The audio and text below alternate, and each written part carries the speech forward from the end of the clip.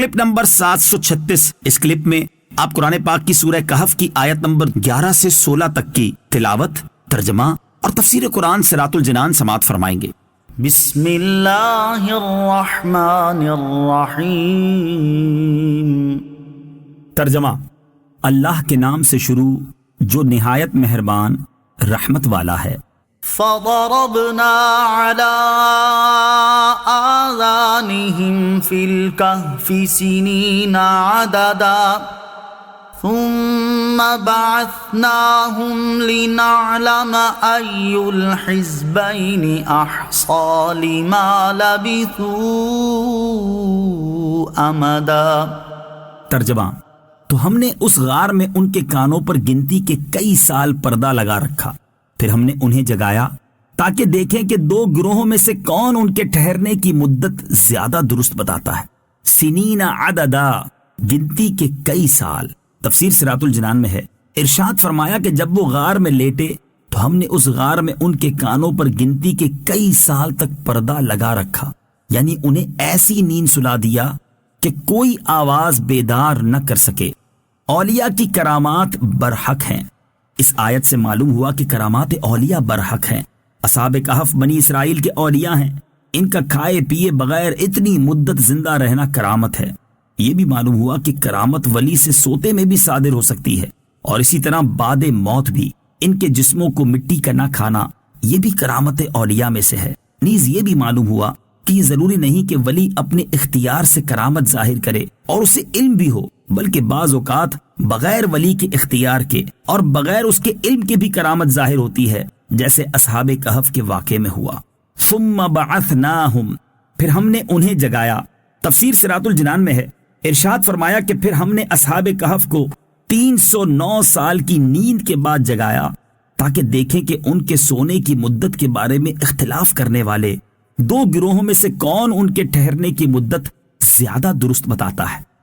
نحن نقص عليك نبأهم بالحق إنهم فتية آمنوا بربهم وزدناهم هدى وربطنا على قلوبهم إذ قاموا فقالوا ربنا رب السماوات والأرض لن ندعو من دونه إلها لقد قلنا إذا شططا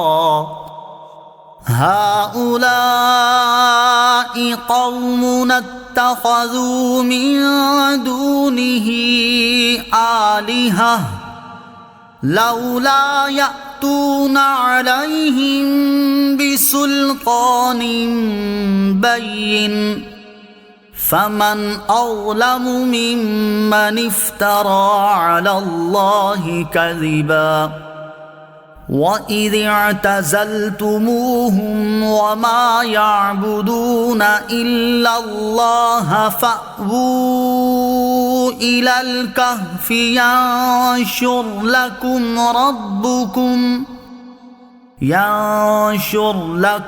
رَبُّكُمْ مِنْ رَحْمَتِهِ وَيُهَيِّئْ لَكُمْ مِنْ أَمْرِكُمْ مِرْفَقًا۔ ترجمہ: ہم آپ کے سامنے ان کا ٹھیک ٹھیک حال بیان کرتے ہیں۔ بے شک وہ کچھ جوان تھے جو اپنے رب پر ایمان لائے، اور ہم نے ان کی ہدایت میں اضافہ کر دیا، اور ہم نے ان کے دلوں کو قوت عطا فرمائی۔ جب وہ کھڑے ہو گئے تو کہنے لگے، ہمارا رب وہ ہے جو آسمانوں اور زمین کا رب ہے، ہم اس کے سوا کسی معبود کی عبادت ہرگز نہیں کریں گے۔ اگر ہم ایسا کریں تو اس وقت ہم ضرور حد سے بڑی ہوئی بات کہنے والے ہوں گے۔ یہ ہماری قوم ہے، انہوں نے اللہ کے سوا اور معبود بنا رکھے ہیں، یہ ان پر کوئی روشن دلیل کیوں نہیں لاتے؟ تو اس سے بڑھ کر ظالم کون جو اللہ پر جھوٹ باندھے۔ اور آپس میں کہا، جب تم ان لوگوں سے اور اللہ کے سوا جن کو یہ پوچھتے ہیں ان سے جدا ہو جاؤ تو غار میں پناہ لو، تمہارا رب تمہارے لیے اپنی رحمت پھیلا دے گا اور تمہارے کام میں تمہارے لیے آسانی مہیا کر دے گا۔ اذ قاموا فقالوا، جب وہ کھڑے ہو گئے تو کہنے لگے۔ تفسیر صراط الجنان میں ہے، انہوں نے اپنی بات دقیانوس بادشاہ کے سامنے کی جب اس نے انہیں اپنے دربار میں بلا کر بتوں کی عبادت نہ کرنے پر باز پرس کی تھی۔